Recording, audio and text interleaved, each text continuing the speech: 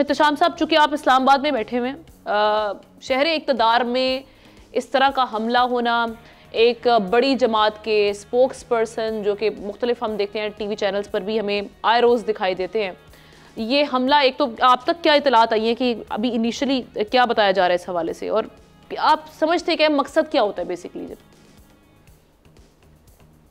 देखिए, सारी फुटेज मुख्तलिफ चैनल्स की देखने के बाद आमना बज़ाहिर तो लगता है कि बड़ा कैलकुलेटेड हमला था।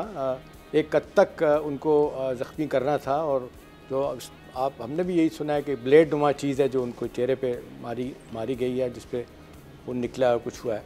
अब सवाल तो इस वक्त यही है ना कि अब जो आप बात कर रही हैं कि अगर शहर इक़्तिदार में जहाँ पे कहा जाता है कि जी तकरीबन 13-14 हज़ार पुलिस वाले हैं और उनमें तकरीबन 9 से 10 हज़ार पुलिस वाले VIP की ड्यूटी कर रहे होते हैं, उनमें ये MNAs MPAs और सियासी जमातों के रहनुमा भी, इम्पोर्टेंट लोग भी शामिल हैं।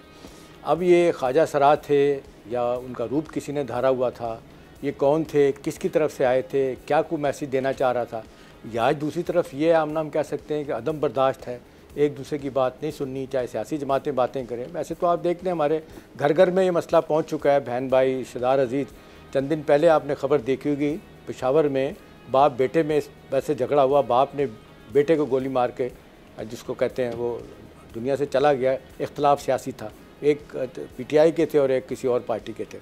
अब सवाल ये है कि ये क्या अदम बर्दाश्त क्यों नहीं है, ये मामला इस हद तक क्यों चला गया कि आज हम अपनी बात सुनने के लिए, सुनाने के लिए जिस तरह पेश कर रहे हैं, वो कहते हैं ना एग्री टू डिसएग्री क्यों नहीं है। एक दूसरी बात यह है कि जो अब कुछ भी नहीं कहा जा सकता, सिवाय इसके जो अभी आप जिक्र कर रही हैं शिबली फराज साहब का, वो कहा गया उन्हें कि जी इंटरिम मिनिस्टर सुबह आएँ, सारी डेट बताएं, हुकूमत जैसी भी है इसका जवाब पेश किया जाए। क्या है, या ये कि ये किसने मैसेज देना था। अभी इख्तलाफात आप देख लें, माज़रत के साथ अदारों में जो हम देखते हैं तसादुम की कैफियत बनी है, और फिर आप देख लें सियासतदान एक दूसरे के जिस तरीके से गिरबानों पे सीधा सीधा हाथ डाल रहे हैं, तो ये लम्हा फ़िक्री है। क्या अब एक तो वैसे ही मुल्क के हालात इतने ख़राब हो गए हैं कि हमें बाहर से किसी को कुछ कहने की ज़रूरत नहीं है। इकोनॉमिक कंडीशन जो हम बात करेंगे वो इतनी ख़राब है, ऊपर से सियासी माहौल अगर ऐसा हो जाता है तो मेरा ख्याल मैं चाहूँगी कि इस मामले में इसको मजम्मत, भरपूर मजम्मत होनी चाहिए। बिल्कुल भरपूर मजम्मत करते हैं। क्विकली इस पे हम टेक लेते हैं ताकि हम अपने जो अगले टॉपिक्स हैं उनकी जाने बढ़ेंगे। लगारे साहब, आपका इस पे ये जो हमारे सामने सारी सिचुएशन है, माजी में भी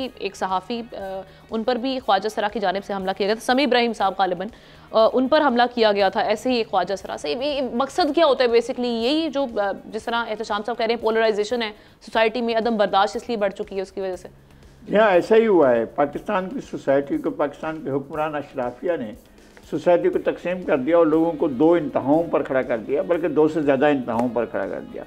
मजहबी इंतहा पसंदी है, सियासी इंतहा पसंदी है, नस्ली इंतहा पसंदी है, कौमी इंतहा पसंदी है, लसानी इंतहा पसंदी है। हर तरह की इंतहा पसंदी में पाकिस्तान की सोसाइटी को यहाँ फंसा दिया गया है, और इसकी वजह यह है कि सिर्फ एक चीज़ मज़े में है, वह है हुक्मरान अशराफिया।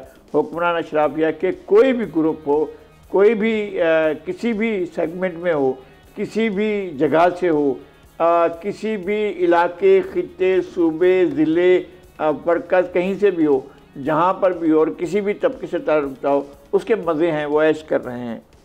ये सोसाइटी के अंदर इख्तलाफ राय को बर्दाश्त न करना, ये तो एक इंतहाई एक तकलीफ़ दे अमल है और काबिल मज़म्मत अमल है, शदीद मज़म्मत के काबिल है। मैं समझता हूँ कि जहाँ इख्तलाफ राय को बर्दाश्त करने का अमल ऐसा कि उसके लिए लकीर लगा दी जाती है, तो मैं समझता हूँ कि वह सोसाइटी आगे नहीं चल सकती है। कर लें आप ऐसा। अब जिस तरह से ये सोसाइटी बढ़ रही है, जिस तरह से सोसाइटी इर्तिका कर रही है, आपके लिए हो सकता है कोई अच्छा हो, पाकिस्तान के लिए अच्छा नहीं है। पाकिस्तान बिल्कुल इस सोसाइटी में आगे नहीं बढ़ रहा है। हम आगे नहीं बढ़ रहे हैं, हम बहुत तकलीफ दे हद तक पीछे जा रहे हैं, और हमारी यही सोच है। ये सोच PTI में भी है, ये सोच दीगर जमातों में भी है।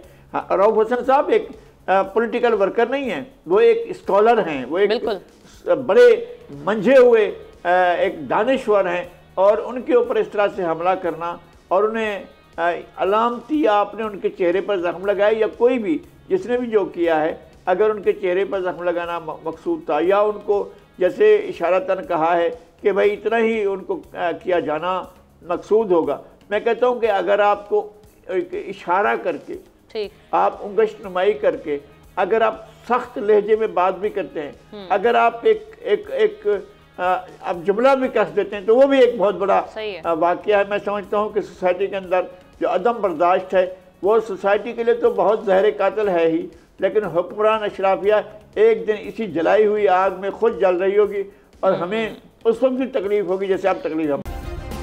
सब्सक्राइब करें और बेल दबाएं ताकि कोई खबर रह न जाए।